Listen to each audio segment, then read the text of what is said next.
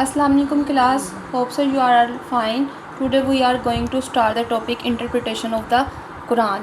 Tafseer. Tafseer is an Arabic word which is derived from the root fassara, which means to explain or to expound. It is best understood as explanation or the interpretation of the Quran. Tafseer in Islamic terminology means explanation and clarification of the Holy Quran. It means the exegesis or commentary on the Holy Quran. In simple word we can say is that it means a detailed explanation of the teachings contained in the Holy Quran. Now we will discuss the aims.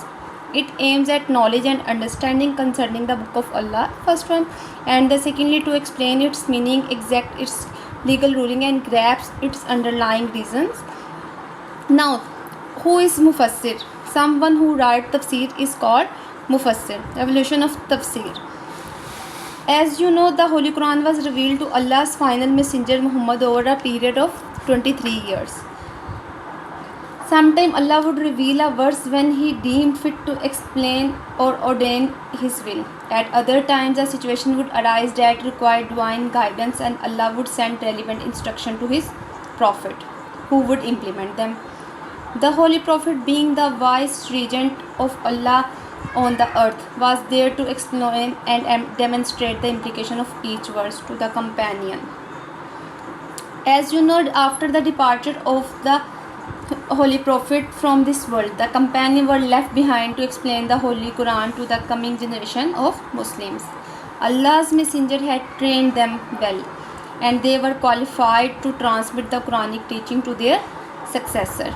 Yet they also realized that they were not the teachers that their teacher was, so some of them decided to chalk out the science of Tafsir. Among us, the first person to do so, the Prophet's cousin Abdullah bin Abbas, popularly as you know known as Ibn Abbas. He would teach the Holy Quran and also explain it. Now we discuss what sources are used to explain the Quran. The first one is the Quran. As you know, it is the highest form of tafsir. It based on the belief that Quran is the word of God in Arabic revealed by Allah and authoritative when it explains itself. The Quran is free of any contradiction. Now the second one is the Hadith and Sunnah. It is the second highest form of Tafsir. The Holy Prophet's entire life was a practical demonstration of the Holy Quran. He was sent to explain and communicate the Quran to people. Thus his life, seerah and tradition mean ahadith, contain much tafsir of the Quran. The next one is or the reports of Sahaba. Sahaba is companion. The Sahaba or companion also interpreted and taught the Quran. If Quran explication is absent and there is no authentic hadith, then a consensus of the companion may be helpful in interpreting a certain verse. Now next topic is Tabi'in. Tabi'in's explanation. Tabi'in mean are those people who acquired knowledge from a companion and was granted permission to teach. These people grew up in an environment with the companions and were taught by them. Thus had insight that in the next in line of sources of tafsir. Reasons. A qualified scholar's personal reasoning is the final method of understanding the Quran. It exists in conjunction with the other four. Now methods of tafsir. The first one is interpretation of the Quran by Quran. It also called the Tafsirul Quran bil Quran.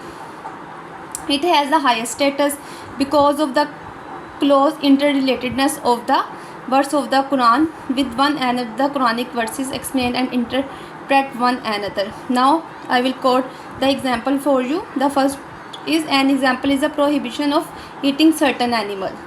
In the first verse of Surah Maida, the Quran at this point does not name the particular creature, but in another verse identify the types. The next is interpretation of the Quran by the Hadith. It's also known as Tafsir bil Hadith. This interpretation is done using the Hadith and Sunnah of the Holy Prophet. When a verse was explained by the words of the action of the Holy Prophet himself, no better explanation is possible by a human being. The example is in the injunction of salah, mean prayer. The Quran repeatedly instruction that believer to join the salah, but does not reveal details as to its procedure. The Holy Prophet declared, "Pray as you have seen me pray." Now, next one is interpretation of the Quran by the history. It is considered extremely important for commentators to explain how the Quran was revealed, when and under which circumstances. The example, these circumstances are called ashab-e nuzul, or conditions surrounding the revelations. Example is Surat Kausar, which was revealed to console the Holy Prophet when he was taunted upon the death of his son. Now, who can comment on Quran? The first one is must be highly qualified scholar. The next one must be an extremely pious Muslim. The next one is must have absolute command over 23 sciences. Some of them Usul-e-Tafseer or science of Tafseer, Hadith and its sciences, history and asbab-e nuzul, Nasih and Mansukh, Arabic language and other grammar and meanings. Next, some important classical Tafseer. The first one is Tafseer Ibn Abbas. It is a collection and recording of the commentaries by Abdullah bin Abbas. The next one is Tafseer Ibn Kathir, using only authenticated ahadith of the Holy Prophet. Al-Jami' al-Ihkam al-Quran by Imam Abu Abdullah al-Qurtubi. Now, the last topic is Nasih and Mansukh. What is Nasih and Mansukh? The Holy Quran was revealed in portions, and commandments and ruling were sent as and when Allah willed it proper. At time, a Quranic verse allowed a certain act, but later disallowed it. Such a verse that is cancelled is called Mansukh, and the verse that cancelled it is called Nasih. Now, the assignment is here. What is meant by Tafseer? How did it evolve? The next question is write the method of Tafseer. Okay class, Allah Hafiz.